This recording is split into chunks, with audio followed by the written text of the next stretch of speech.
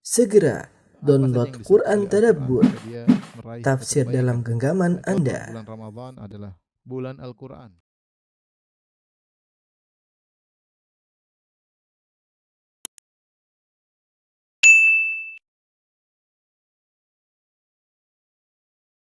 Bismillahirrahmanirrahim. Assalamualaikum warahmatullahi wabarakatuh.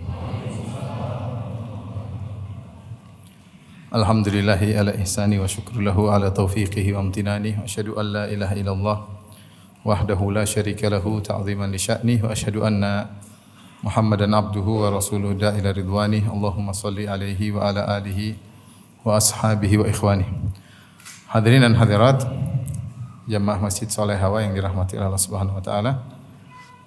Kita lanjutkan bahasan kita dari ayat-ayat dalam surat Hud dan kita sampai pada ayat ke-61. Qauluhu ta'ala, itu firman Allah Subhanahu wa taala, wa ila thamuda akhahum salihah. Kepada kaum Samud kami utus saudara mereka yaitu Nabi Saleh.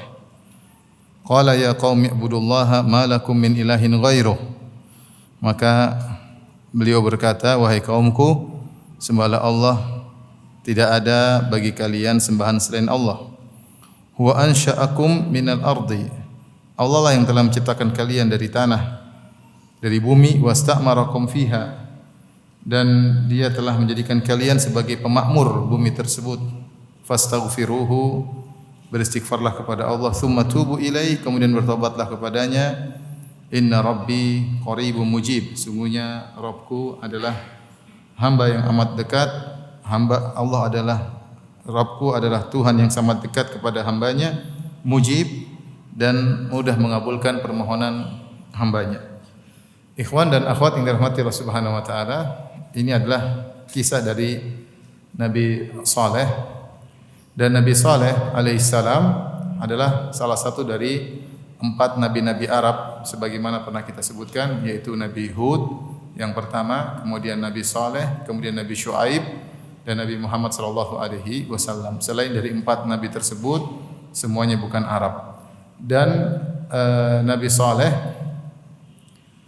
datang generasi kaum Nabi Saleh setelah kaum Nabi Hud. Setelah kaum Nabi Hud yaitu kaum Ad yang mereka berbuat kesyirikan dibinasakan oleh Allah Subhanahu wa taala, maka tinggallah Nabi Hud bersama kaumnya yang beriman di atas tauhid. Kemudian muncullah generasi berikutnya sampai datanglah generasi di mana syirik tersebar kembali. Maka ketika syirik mulai tersebar kembali, Allah Subhanahu wa taala mengutus kembali rasul yang lain yaitu Nabi Saleh alaihi salam.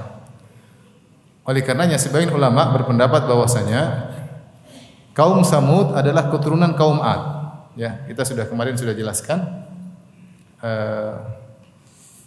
Nuh, kemudian disebutkan di bawahnya adalah Sam,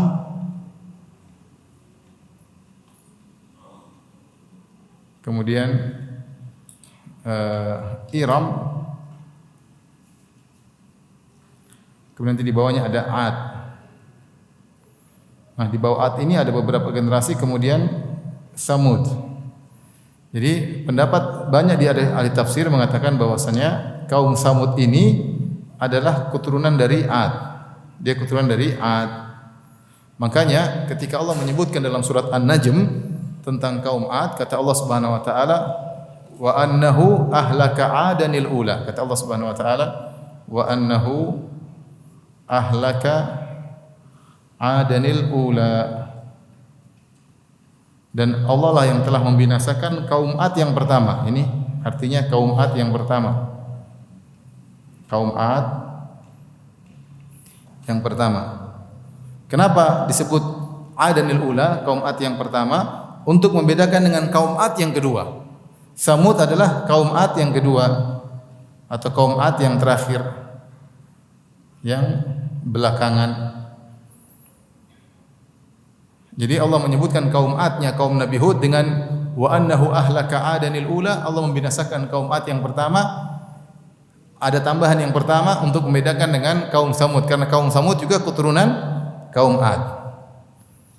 Entah beberapa generasi antara Nabi Hud dengan Nabi Saleh. Tetapi Nabi Saleh adalah keturunan kaum Ad. Ini pendapat banyak ahli tafsir. Pendapat ahli tafsir yang lain mereka mengatakan bahwa ini pendapat pertama. Pendapat kedua bahwasanya kaum Samud sama Ad nenek moyangnya kembali kepada Iram. Kalau pendapat pertama kembali kepada Ad, ini pendapat pertama. Pendapat kedua, kaum Samud dan Ad beda jalur tapi sama-sama kembali kepada Iram. Sama-sama kembali kepada Iram. Allah alam bisawab, tapi intinya kaum Samud adalah bangsa Arab yang muncul setelah kaum Ad. Baik, Allah berfirman, wa ila Samud, kepada kaum Samud. Di manakah lokasi kaum Samud? Kaum Samud lokasinya sekarang masih ada yang disebut dengan Madain Saleh, yaitu kota-kota di situ dulu Nabi Saleh tinggal di situ. Kota tersebut sekarang dikenal dengan Al-Ula, Al-Ula ya. Saya gambarkan ya. Al-Ula letaknya sebelah utara kota Madinah. Jadi kalau kita gambar kota ini Madinah, kemudian di atas Madinah ada Khaybar. Khaybar dengan Madinah kira-kira 200 km. Kemudian di atasnya ada Al-Ula. Al-Ula. Al-Ula. Setelah itu baru nanti di atasnya ada Tabuk. Tabuk baru Syam. Nah, Madinah ke Khaybar ini kurang lebih 200 km. Madinah ke Al-Ula kurang lebih 320 km. Madinah ke Tabuk kurang lebih 700 km. Ya. Jadi kalau kita mau ke Tabuk, kita akan lewat Al-Ula. Makanya ketika Nabi sallallahu alaihi wasallam melakukan perang Tabuk pada tahun 9 Hijriah, Rasulullah SAW pergi ke Tabuk melewati Al-Ula. Ketika balik juga melewati Al-Ula. Makanya Nabi sallallahu alaihi wasallam mampir ke kota Al-Ula. Disitulah Nabi mampir bersama para sahabat di lokasinya kaum Samud. Kemudian sempat para sahabat memasak, mengambil air dari sumur-sumur yang ada di situ. Kemudian sempat membuat adonan untuk dibuat roti dari air di situ. Maka Rasulullah SAW suruh buang semua makanannya. Adapun adonan yang sudah tercampur dengan air yang ada sumur di situ digunakan untuk kasih makan onta. Tapi Rasulullah SAW melarang mengambil air dari lokasi tersebut. Jadi lokasi kaum Samud daerah Al-Ula ya. Kurang lebih 320 km dari kota Madinah. Saya 2 kali ke sana karena itu ada keperluan. Ada permasalahan pengadilan, mereka butuh penterjemah dari Madinah, kemudian saya ke sana. Kemudian saya minta izin untuk mampir ke tempat tinggal kaum Samud. Sempat masuk juga ya. Masuk ke rumah-rumah mereka ya. Di rumah mereka tuh kayak gunung, satu gunung, nanti ada rumah-rumah dibolongin. Terus dari gunung tersebut ada satu yang agak besar, rumahnya agak keren, terus ada kayak semacam patung. Ini mungkin Pak RT-nya ya.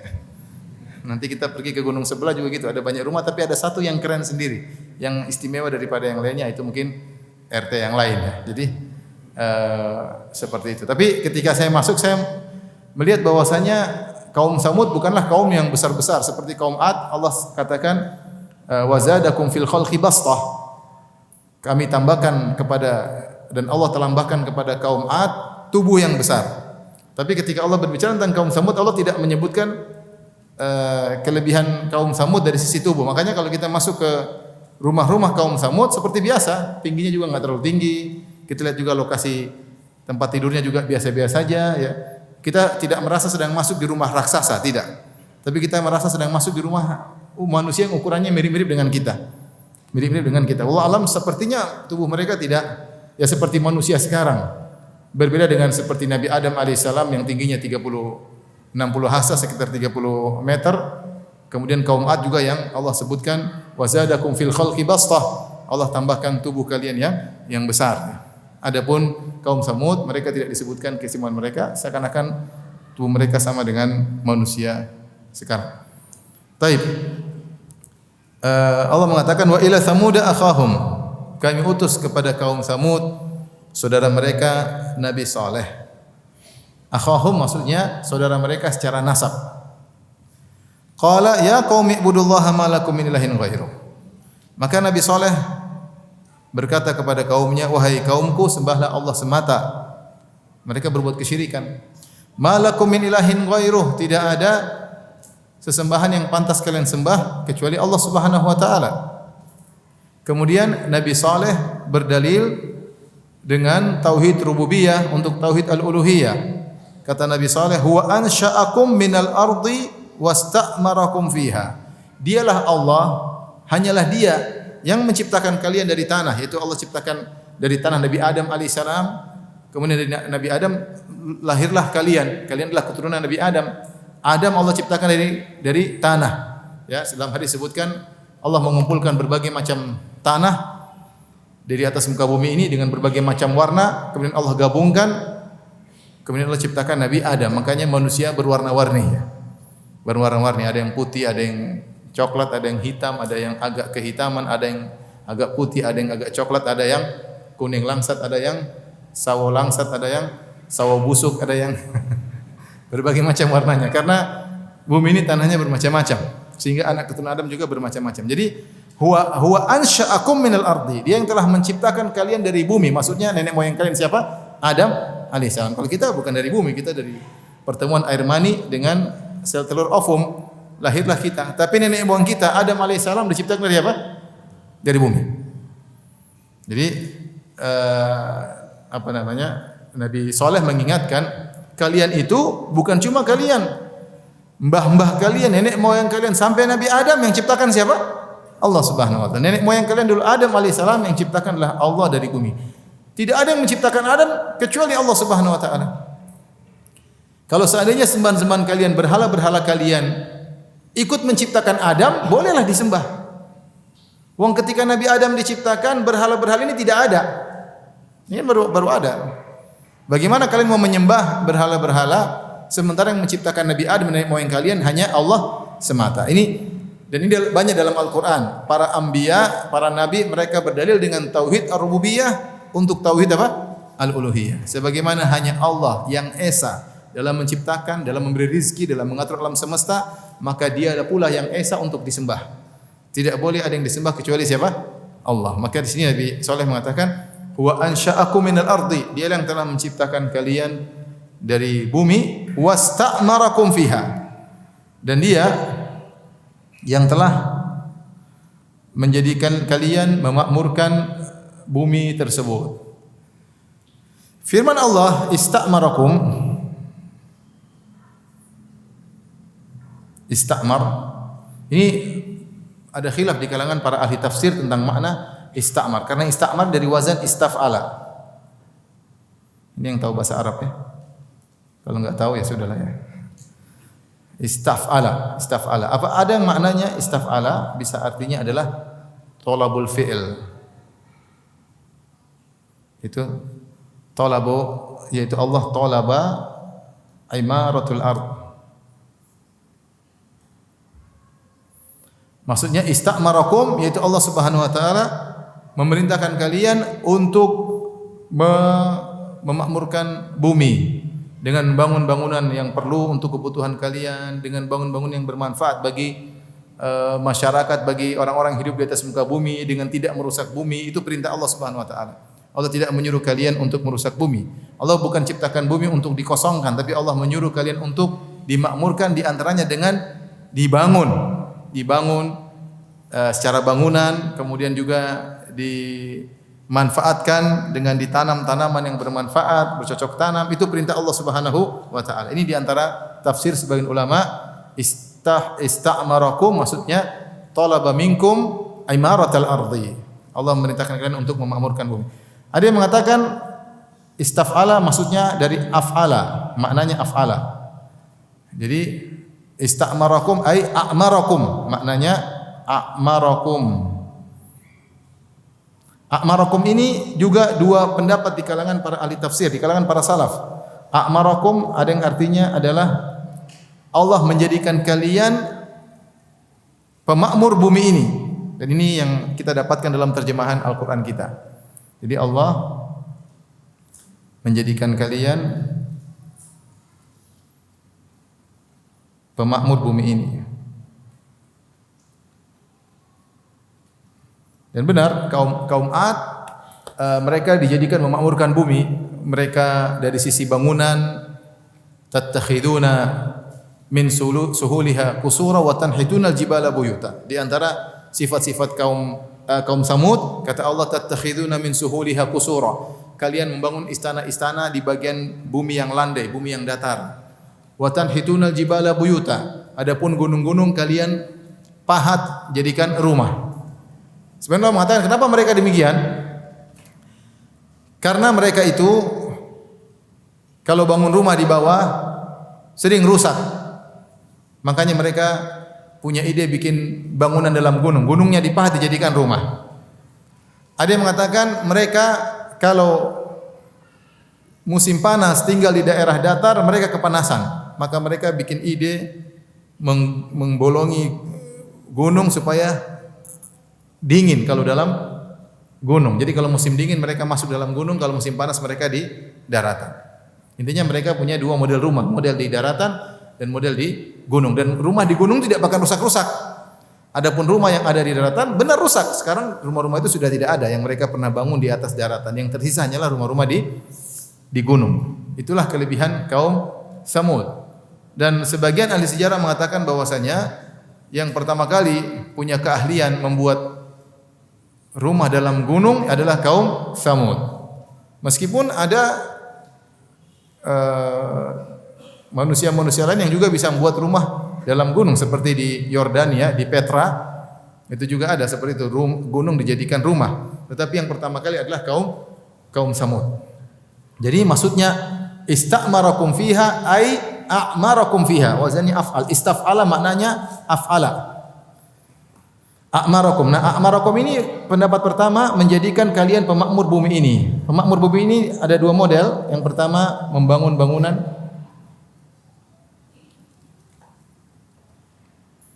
Yang kedua adalah bercocok tanam.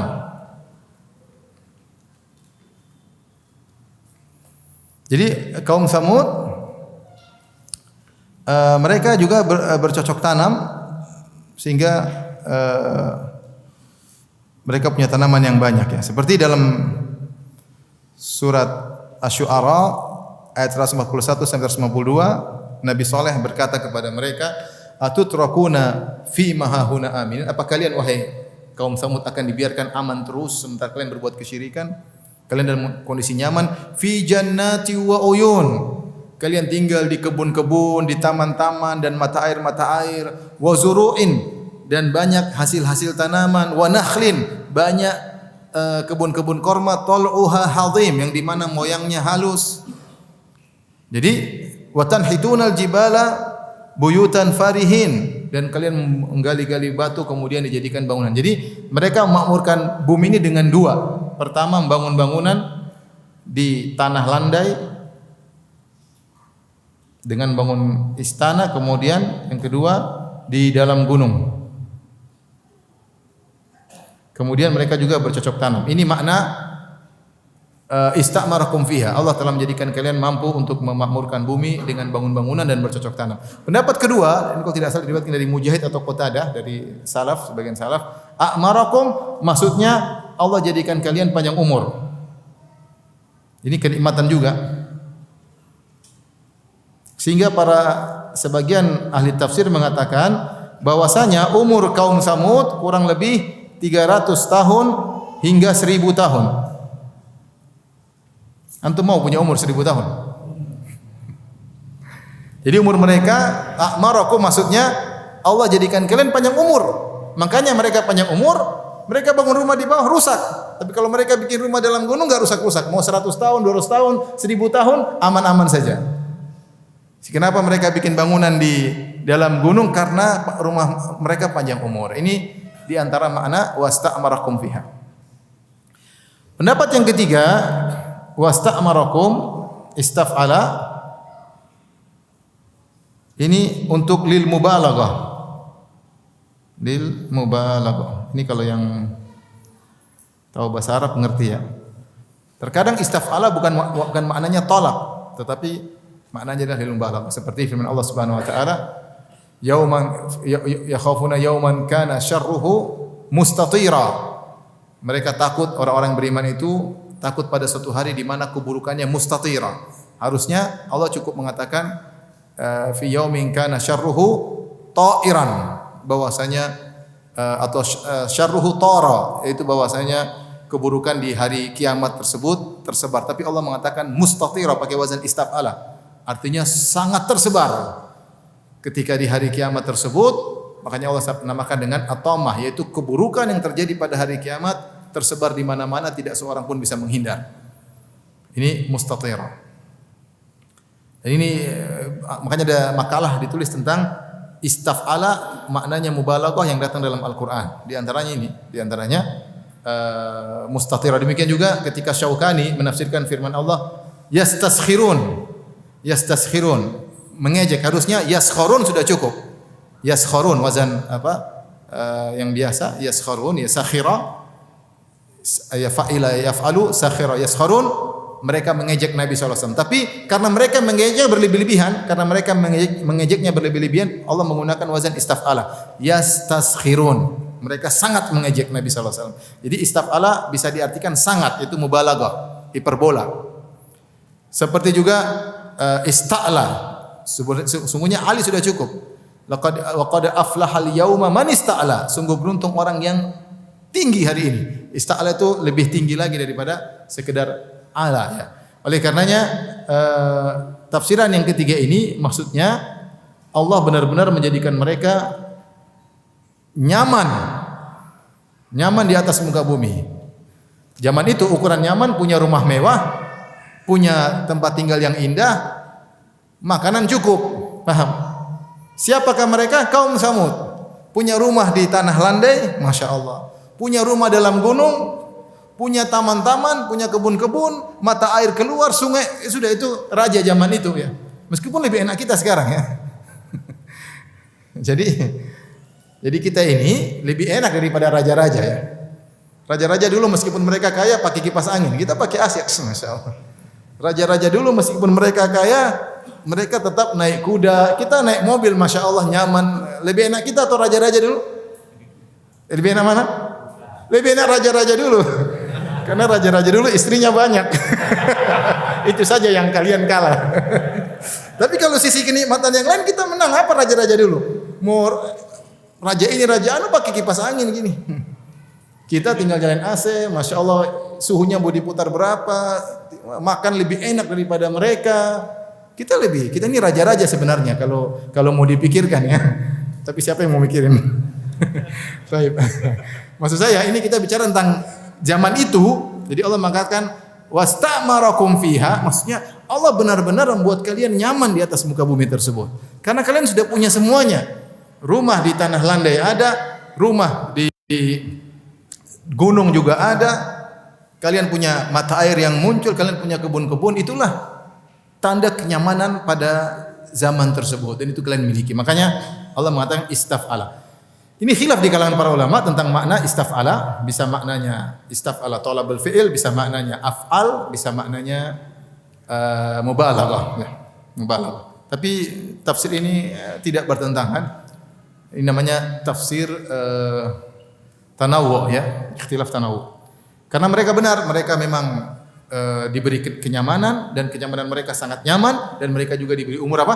Umur panjang. Sehingga maknanya tidak ada bertentangan.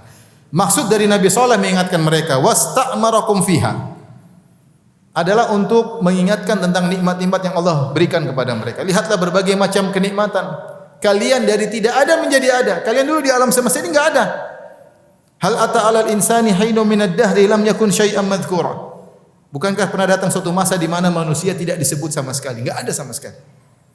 Nabi Adam dulu tidak ada. Kemudian Allah ciptakan Nabi Adam. Dari Adamlah muncul kita semua. Ini nikmat. Dari sesuatu yang bukan cuma tidak ada, tidak disebutkan. Ada sesuatu yang tidak ada tapi sudah disebut-sebut. Contoh apa? Misalnya Toyota akan mengeluarkan produk ini, belum ada, cuma akan disebutkan. Kemudian akan mengeluarkan mobil listrik atau Nissan atau apa, tapi belum ada, akan dibikin. Tapi sudah disebut-sebut, belum ada. Nah, kita dulu tidak ada dan belum disebut. Enggak ada yang nyebut-nyebut kita. Kemudian Allah ciptakan kita dari alam tidak ada menjadi alam nyata. Ini nikmat tersendiri. Setelah itu Nabi Saleh mengatakan kalian diberi kenikmatan yang lain, kalian diberikan kemampuan oleh Allah untuk memakmurkan bumi, wasta'marakum fiha. Oleh karenanya atas banyak kenikmatan ini hendaknya kalian hanya menyembah siapa? Allah Subhanahu wa taala. Maka setelah itu Allah mengatakan fastaghfiruhu tsumma tubu ilaihi, maka beristighfarlah kepada Allah dan bertobatlah kepada Allah. Mereka disuruh beristighfar dan disuruh bertobat karena dua hal. Pertama, mereka disuruh beristighfar dan bertobat karena mereka berbuat syirik kepada Allah Subhanahu wa taala. Hendaknya kalian bertobat dan beristighfar. Yang kedua, mereka disuruh beristighfar dan bertobat karena mereka tidak mensyukuri nikmat yang Allah berikan kepada kita, kepada mereka. Oleh karenanya kita tahu di antara sebab kenapa kita beristighfar. Pertama, kita berdosa, ya. Ada 3 sebab kenapa kita disuruh beristighfar. Pertama, kita berdosa, dosa yang kita lakukan. Yang kedua, karena kita kurang bersyukur. Dan yang ketiga, karena kita tidak mampu ibadah sebagaimana yang seharusnya. Ini 3 hal membuat kita bertobat.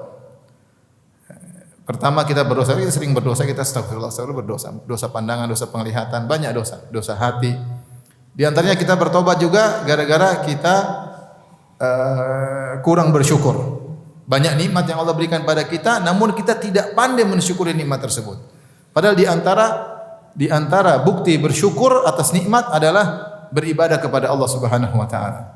Makanya Allah berkata, "I'malu ala Dawud syukra." Wahai Sulaiman, beramal solehlah sebagai bentuk syukur kepada Allah karena engkau telah diberikan nikmat yang begitu banyak. Karenanya kalau kita keluar dari toilet, kita bilang gufranaka. Gufranaka. Ya Allah, ampunilah aku. Kenapa? Karena terlalu banyak nikmat yang tidak bisa saya syukuri. Di antara nikmat yang kau berikan kepadaku, saya bisa buang air dengan nyaman. Seandainya kotoran tersebut tertahan dalam perut, enggak tahu rasa sakit kayak apa. Tanya orang-orang yang kalau penyakitnya lagi kambuh di perutnya, sakit sekali dia. Tidak bisa buang air, tidak bisa buang angin ya. Biasanya asal buang aja. Kali ini enggak bisa. Sakit ya. Sakit. Makanya kita kurang pandai bersyukur, banyak nikmat kita anggap itu nikmat cuma yang memang sudah kewajiban Allah untuk berikan kepada kita. Padahal banyak nikmat. Nikmat bernafas ini luar biasa. Kita enggak ngerasakan nikmat bernafas. Tapi lihat waktu kemarin musim pandemi, semua orang tahu nikmat nafas itu bernafas luar biasa. Banyak orang tahu akan hal tersebut. Saya di antaranya harus pasang apa? Jadi ya sementara selama ini kita merasa ya itu suatu hal yang rutinitas harian kewajiban Allah memang begitu, Tuhan ya begitu harus kasih saya seperti ini sehingga kita tidak merasa padahal nikmat kita ya tajaddad, nikmat yang kita rasakan itu diperbaharui setiap saat. Ya. Sehingga harusnya kita bersyukur juga seperti itu. Makanya ketika Allah menyebut tentang nikmat kata Allah Subhanahu wa taala wa atakum min kulli ma sa'altumuh. Dan Allah berikan kepada kalian kenikmatan yang kalian minta. Dalam sebagian qiraat wa atakum min kullin ma sa'altumu. Allah berikan kepada kalian kenikmatan yang tidak kalian minta. Banyak nikmat yang kita minta Allah berikan dan lebih banyak nikmat yang kita tidak minta Allah berikan. Kita jarang berdoa dan minta kesehatan, kita dikasih kesehatan. Banyak hal yang kita masih kecil, masih janin, kita enggak bisa doa, enggak bisa berdoa, tapi Allah kasih nikmat enggak? Kalau kasih nikmat, kita enggak bisa doa, Allah sudah kasih nikmat. Setelah itu Allah mengatakan, wa in ta'uddu nikmatallahi la tuhsuha. Kalau kalian menghitung nikmat-nikmat Allah, kalian tidak bisa menghitung. Innal insana la zalumun kafar. Tapi manusia itu suka berbuat zalim, kafar suka ingkar. Artinya tidak bersyukur kepada nikmat Allah Subhanahu wa taala. Makanya di antara hal yang membuat kita wajib untuk bertobatlah karena kita kurang bersyukur. Yang ketiga, kita wajib untuk bertobat karena ibadah kita tidak sesuai. Kita kurang khusyuk, kurang ini, kurang anu, puasanya masih enggak benar. Makanya Nabi SAW benar-benar mengetahui keagungan Allah Subhanahu wa taala. Kalau selesai salat Nabi langsung berkata apa? Astagfirullah, astagfirullah, astagfirullah.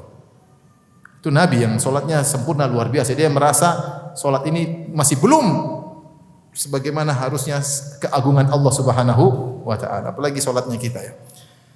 Intinya di sini Nabi Saleh mengatakan kepada mereka fastaghfiruhu, beristighfarlah. Kenapa? Karena dua hal. Pertama, kalian berbuat dosa dengan berbuat syirik kepada Allah.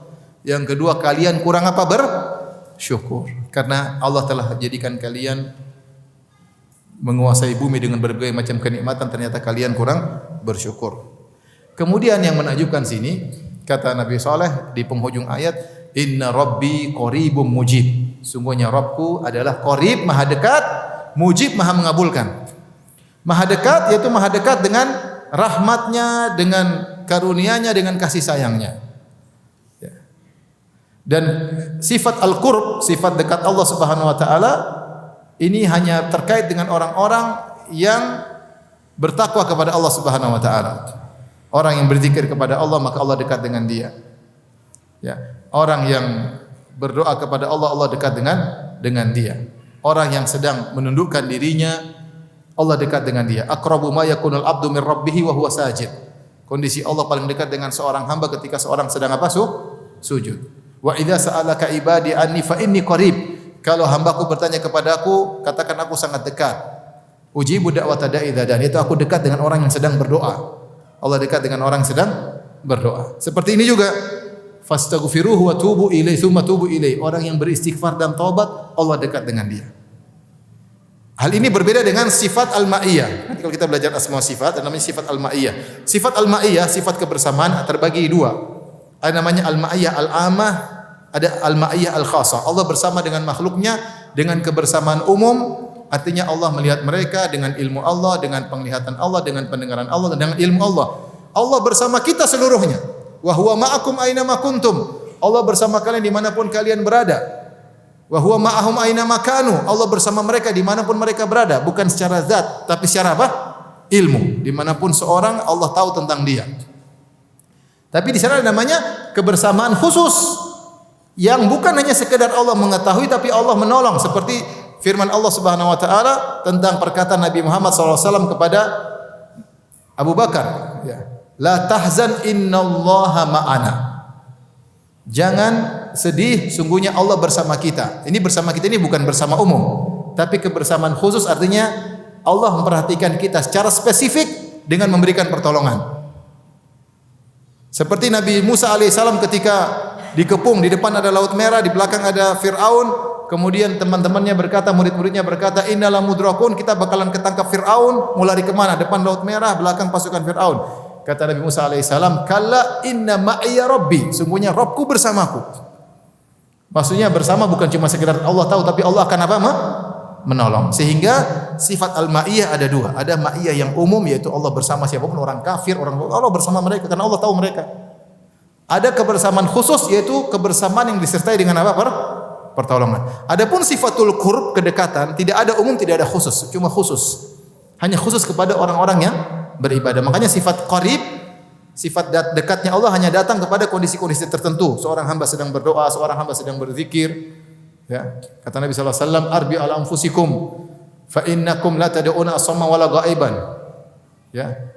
Kalian jangan keras-keras ketika berzikir. Kata kita sebagian orang, para sahabat ketika safar mereka berzikir teriak-teriak Allahu Akbar, Allahu Akbar. Rasulullah tegur, enggak usah keras-keras. Yang kalian seru tidak tuli dan tidak tidak gaib. Ya, tapi sangat dekat dengan kalian. Yaitu Allah dekat dengan orang yang berzikir. Allah dekat dengan orang yang berdoa. Fa inni qaribun ujibu da'watad da'i. Inna rahmatallahi qaribun minal muhsinin. Rahmat Allah dekat dengan orang berbuat ihsan. Sehingga kedekatan Allah hanya khusus kepada orang-orang yang bertakwa. Perhatikan di sini. Nabi Saleh berkata kepada kaumnya yang mereka musyrikin, terjerumus dalam syirik akbar. Tapi Nabi Saleh berkata, kalau kalian bertobat, Allah dekat dengan kalian. Padahal dosa yang mereka lakukan dosa syirik, bukan dosa besar doang. Dosa apa? Syirik. Tapi kapan mereka bertobat, Allah dekat dengan mereka.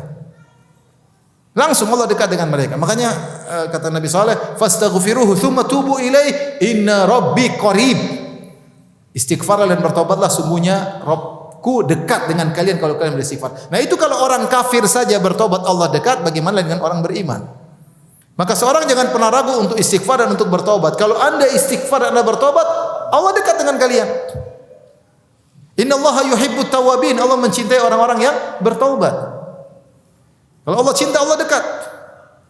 Maka jangan ragu kalau kita bermaksiat, kita langsung astagfirullah. Rabbi ghfirli wa tub alayya innaka tawwabur rahim. Sering basahi lisan dengan apa? Istighfar. Karena orang yang beristighfar, orang yang bertobat, Allah dekat dengan dia. Yaitu Allah akan kasih perhatian khusus. Allah akan berikan rahmatnya. Inna rahmatallahi qaribun minal muhsinin. Rahmat Allah dekat orang yang berbuat ihsan. Kemudian inna rabbi qaribum mujib, dan juga Rabbku maha mengabulkan. Kalau kalian wahai kaum Samud, pelaku kesyirikan, kalian beristighfar, kalian bertobat, kalian berdoa, Allah akan kabulkan. Allah akan kabulkan. Baik. Apa jawaban mereka setelah dinasihati oleh Nabi Saleh? Mereka berkata, qalu, ayat berikutnya, ayat ke-62. Qalu ya Salihu, qad kunta fina marjuwan qabla hadza. Atanhana an na'budu ma ya'budu aba'una wa innana la fi syakkim mimma tad'una ilaihi murid.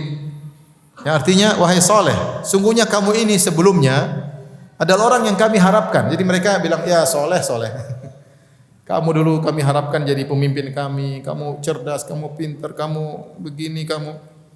Kok kamu kayak begini? Dulu kami harapkan kamu jadi apa? Jadi pemimpin kami. Sekarang kamu dakwah. Kami putus asa dari engkau. Ya. Jadi mereka kayaknya ingin merayu Nabi Saleh, kalau kamu balik seperti sedia kala, kamu akan kami jadikan apa? Pemimpin. Tapi kalau kamu dakwah seperti ini, malah kami tidak jadikan apa? Pemimpin. Ini apa namanya? Tawaran menggiurkan. Laqad kunta fina marjuwan qabla hadza. Sebelumnya kami sangat berharap kepada engkau Saleh. Tapi sekarang kau malah aneh-aneh dakwah inilah, melarang syirik lah, melarang apa? Sehingga putus asa dari engkau. Atanhana an na'budu ma ya'budu aba'una. Apakah kau melarang kami untuk beribadah kepada yang telah disembah oleh nenek moyang kami? Sekali lagi berdalil dengan tradisi. Dengan tradisi bagaimana kaum Ad, kaumnya Nabi Nuh, kaum Ad, kaum Saleh, semuanya berdalil dengan apa? Tradisi. Apa kau melarang kami untuk beribadah kepada sembahan-sembahan yang disembah oleh nenek moyang kami? Wa innana la fi syakkim mimma tad'una ilaihi murid. Dan sungguh kami benar-benar dalam keraguan ya tentang apa yang engkau dakwahkan kepada kami, dan kami benar-benar dalam kegelisahan, yaitu kami melihat engkau tertuduh, kami menuduhmu dengan tuduhan macam-macam. Apa yang kau bawa ini mencurigakan, apa yang kau serukan ini penuh dengan keraguan. Itu pernyataan mereka. Akhirnya Nabi Saleh ketika dia dituduh bahwasanya dakwahnya hanya meragukan, hanyalah mencurigakan, maka Nabi Saleh menjelaskan, qala ya qaumi, wahai kaumku. Diskusi. Ara'aitum in kuntu ala bayyinatin min rabbi. Wahai kaumku, bagaimana pendapat kalian jika aku mempunyai bukti yang nyata dari Tuhanku bahwasanya aku di atas kebenaran? Wa atani minhu rahmatan, dan Allah Subhanahu wa taala telah memberikan kepadaku kenabian, aku utusan Allah. Faman yansuruni minallahi in asaituh. Siapa yang bisa tolong aku jika aku bermaksiat kepada Allah? Fama tazidunani khaira takhsir. Kalian tidak menambahkan kepadaku hanyalah selain daripada kerugian. Jadi Nabi Saleh berkata, wa ya qaumi ara'aitu, bagaimana menurut kalian jika aku berada di atas kebenaran, di atas bukti? Nabi Saleh berkata demikian, bagaimana menurut kalian jika aku berada di atas bukti yang nyata? Ini bukan karena Nabi perkataan jika aku, bukan berarti Nabi Saleh ragu. Tidak, tapi ini namanya diskusi. Sehingga Nabi Saleh istilahnya apa ya? Berdiskusi, memposisikan dirinya bisa benar, bisa salah, supaya orang yang diajak diskusi mau berpikir. Saya ulangi, perkataan Nabi Saleh, ya qaumi ara'aitum in kuntu ala bayyinatin min rabbi. Wahai kaumku, bagaimana menurut kalian jika seandainya aku berada di atas bukti dari Tuhanku? Nabi Saleh punya bukti kebenaran enggak? Dan dia tidak ragu, tapi dia ketika berdiskusi dia menggunakan kata seandainya. Supaya apa? Supaya yang diajak ngomong bisa berpikir.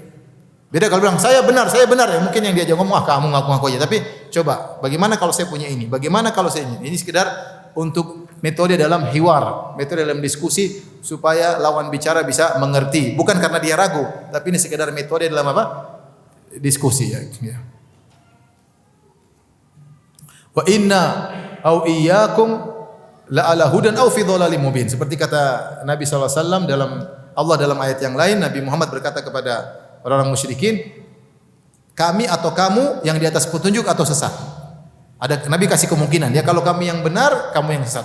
Kalau kamu yang benar, kami yang sesat. Padahal jelas Nabi pasti benar kan? Tapi ini sekedar untuk diskusi. Untuk diskusi. Baik, kita lanjutkan. Wa atani minhu rahmatan, dan Allah telah berikan kenabian kepadaku. Seandainya kalau aku itu sebagai seorang rasul, terus bagaimana? Aku ini utusan Tuhan. Kalau aku mengikuti kalian, aku tidak melarang kalian dari kesyirikan. Aku kembali kepada agama kalian, kembali kepada agama nenek moyang. Aku dijadikan pemimpin suku kalian kalau aku tidak berdakwah. Lantas kalau aku sudah mendapatkan itu semua, kembali kepada agama nenek moyang, menjadi pemimpin suku Samud, terus faman yansuruni minallahi in asaitu. Siapa yang bisa tolong aku kalau aku membangkang kepada Allah? Siapa yang bisa tolong aku? Siapa yang mau tolong aku kalau aku dihukum oleh Allah Subhanahu wa taala? Kalian tidak bisa tolong. Fama tazidunani ghairu takhsir. Ajakan kalian tidak menambah bagiku kecuali hanya kerugian. Ya, aku sudah diberi nikmat. Aku sudah dijadikan rasul, disuruh kembali seperti dulu hanya menjadi kepala suku. Terus mati masuk neraka. Kalian hanya bikin aku rugi. Ini pendapat pertama. Pendapat kedua mengatakan sikap kalian tidak menambahkan bagiku kecuali aku semakin ngerti, kalian semakin rugi. Kalian benar-benar sesat. Ini ada beberapa pendapat tentang firman Allah, fama tazidunani ghairu takhsir.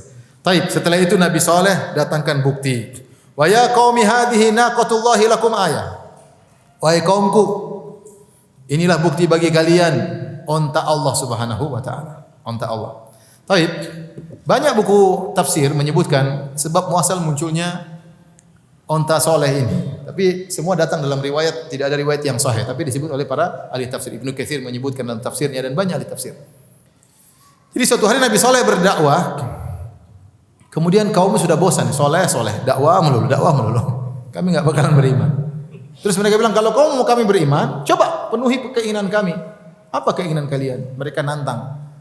Mereka nantang ini bukan untuk beriman, tapi supaya soleh tidak bisa, supaya sudah kamu berhenti dakwah. Coba kamu keluarkan dari batu itu, mereka tunjuk batunya, itu ada batu gede, keluarkan onta dari situ, tapi ontanya warnanya putih, besar, sudah bunting 10 bulan. Subhanallah. Ya, kalau mereka bilang tolong keluarkan onta dari kebun, masih mungkin, kan ada onta main di kebun keluar. Kalau mereka bilang keluarkan onta dari laut, ya masih mungkin ada onta tenggelam keluar lagi. Dari batu bukan sumber kehidupan. Ya. Ulat aja kalau masuk batu mati, karena enggak ada batu enggak ada apa, pengap, enggak ada udara, mati, enggak ada makanan, enggak ada hijau-hijau. Mereka ingin munculkan sumber kehidupan dari tempat yang tidak ada kehidupan di situ. Jadi permintaan mereka ini bukan untuk beriman, tapi untuk supaya soleh berhenti. Maksudnya gitu. Makanya soal takjizi untuk buat soleh berhenti. Kata mereka, keluar. Kata Nabi Saleh, kalau bisa keluar gimana? Kita akan beriman, tenang aja. Sebutkan Nabi Saleh pun sholat, berdoa, kemudian tiba-tiba keluar dari batu tersebut. Batu tersebut onta yang luar biasa. Onta tersebut tidak dilahirkan, tidak ada bapak, tidak ada ibunya. Tahu-tahu sudah apa? Gede. Sudah gede, tahu-tahu bunting, tidak ada yang menghamilinya. Tahu-tahu sudah mengandungnya bukan 6 bulan, 10 bulan. Onta itu 11 bulan ya. Kalau tidak salah 11 bulan. Kalau kita manusia, ibu-ibu 9 bulan baru melahirkan, onta 11 bulan. Makanya kalau sudah berusia 10 bulan, mereka sangat sayang onta tersebut karena sebentar lagi apa? Melahirkan. Makanya Allah mengatakan wa idzal isyaru uttilat. Ketika onta-onta berumur 10 bulan ditinggalkan pada hari kiamat. Artinya itu harta yang paling menyenangkan karena sebentar lagi akan melahirkan. Jadi mereka syaratkan ontanya umur 10 bulan tiba-tiba bunting. Akhirnya Nabi Saleh berdoa, kemudian keluarlah onta tersebut. Akhirnya yang beriman cuma sedikit, kebanyakannya tidak apa? Beriman. Mereka mengatakan, innama anta minal musahharin, kau ini tersihir aja. Jadi percuma mereka menganggap Nabi Saleh penyihir atau tersihir.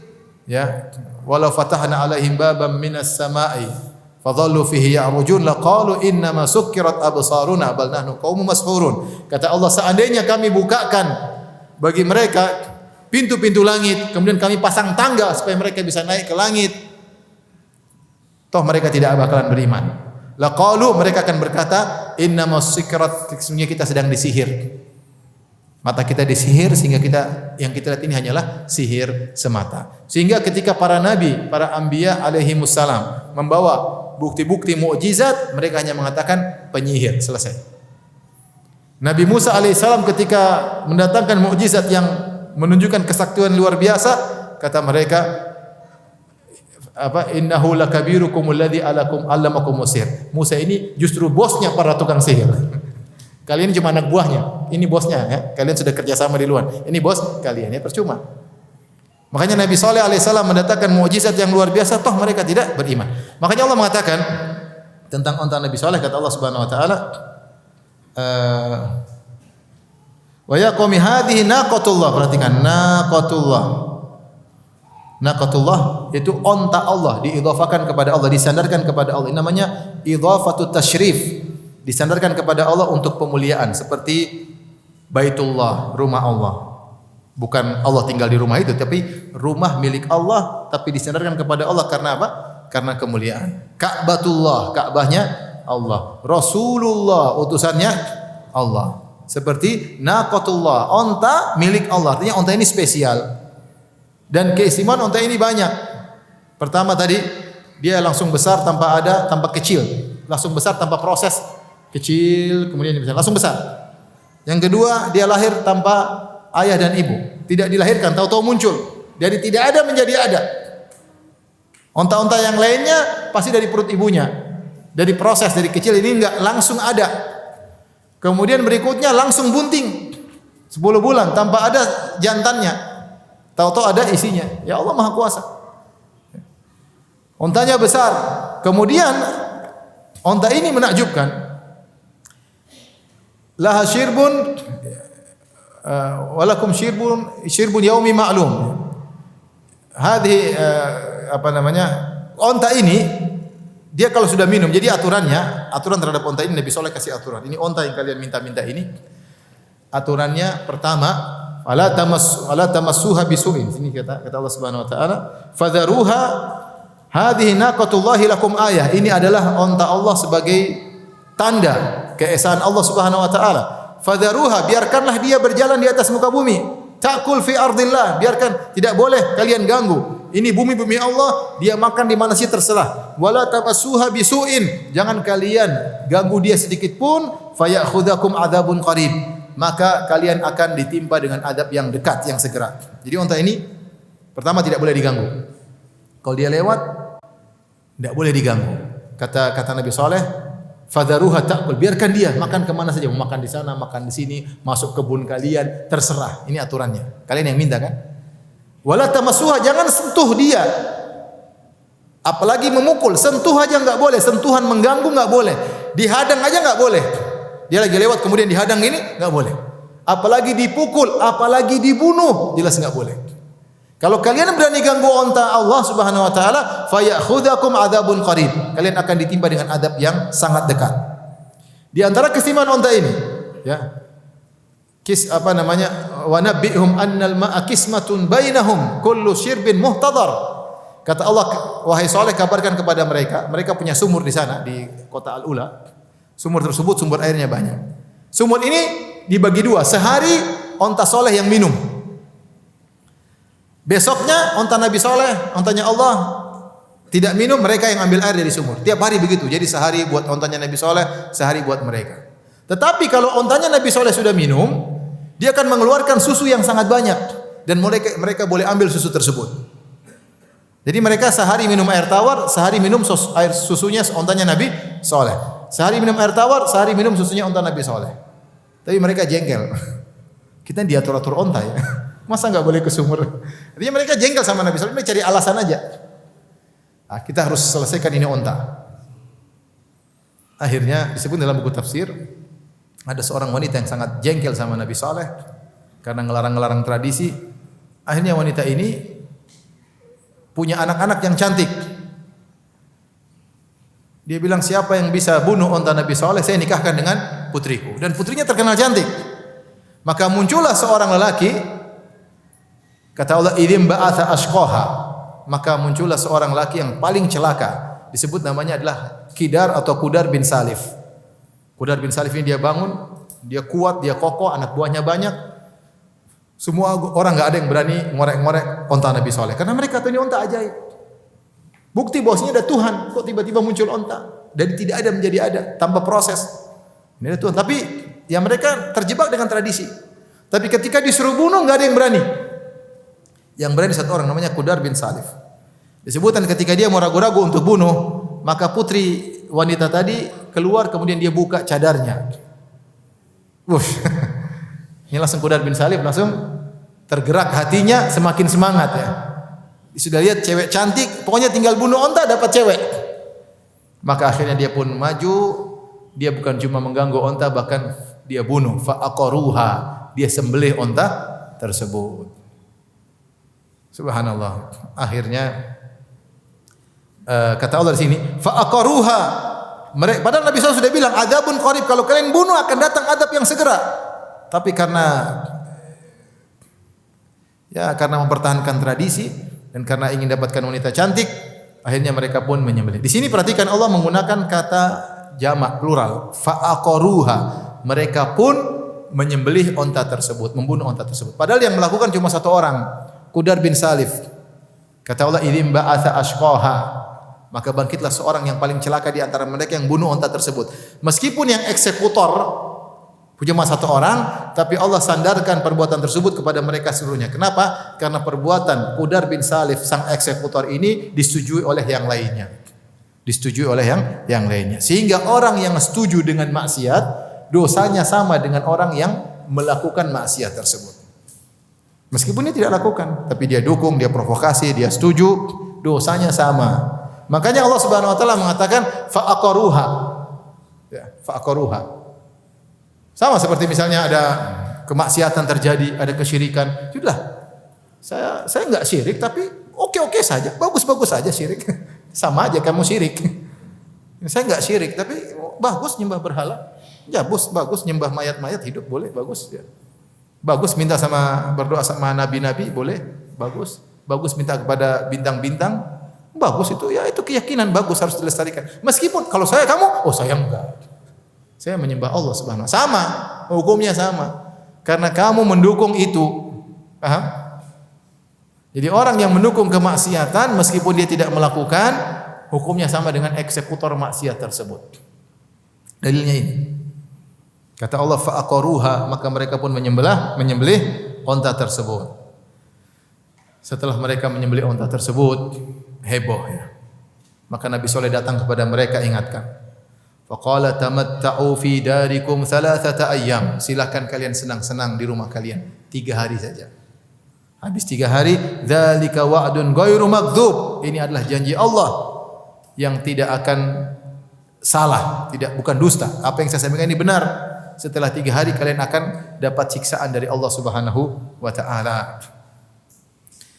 Dalam ayat yang lain, Allah berfirman, "Kana fil madinati tis'atu rahtin yufsiduna fil ardi wa la yuslihun. Qalu taqasamu billah lanubayyitannahu wa ahlihi, thumma lanaqulanna liwalihi ma syahidna." Kata mereka, kata Allah Subhanahu wa taala, di kota tersebut ada 9 orang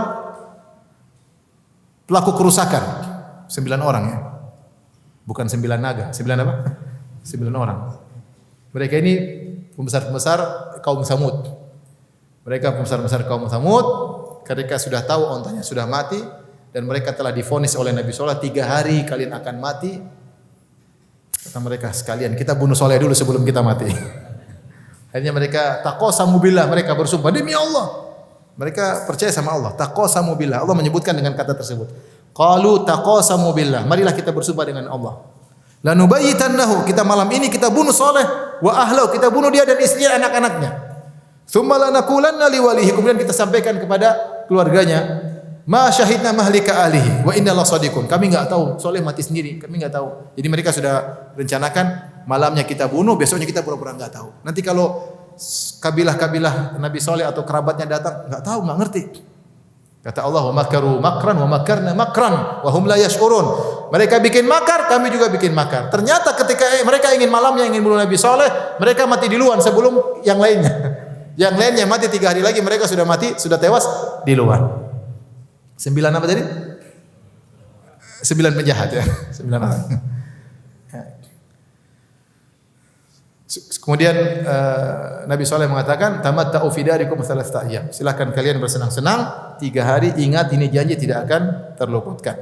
Akhirnya setelah 3 hari kata Allah, falamma jaa amruna. Disebutkan oleh Ibnu Katsir dalam tafsirnya, mereka menanti dengan penuh kegelisahan. Hari pertama wajah mereka pucat, hari kedua kuning, hari kecil-kecil pokoknya bayangkan 3 hari lagi mati.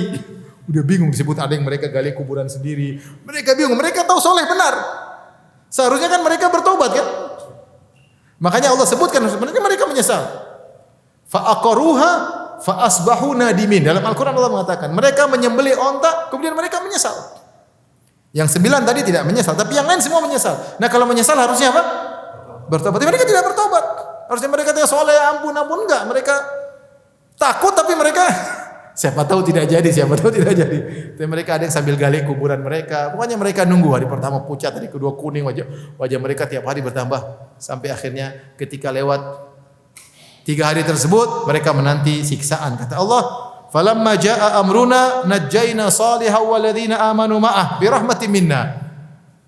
Ketika datang perintah kami atau perkara kami, keputusan kami yaitu siksaan, najjayna salihan walladzina amanu ma'ah, kami pun selamatkan Nabi Saleh dan orang-orang yang bersama dengannya, itu orang beriman dari kalangan orang-orang miskin. Bi rahmatin minna, dengan rahmat kami. Sudah kita sampaikan, keselamatan karena rahmat Allah. Karena setiap kita pasti punya maksiat. Kalau Allah selalu menghukum karena maksiat kita, tidak ada di antara kita yang selamat. Tetapi Allah Maha Pengasih lagi Maha Penyayang. Kemaksiatan kita diampuni oleh Allah sehingga diselamatkan oleh Allah Subhanahu wa taala. Ini sudah disampaikan pada pertemuan ketika Nabi Hud. Kemudian kita Nabi Nuh alaihissalam juga demikian. Ya. Allah selamatkan karena kasih sayang, bukan karena hebatnya kita.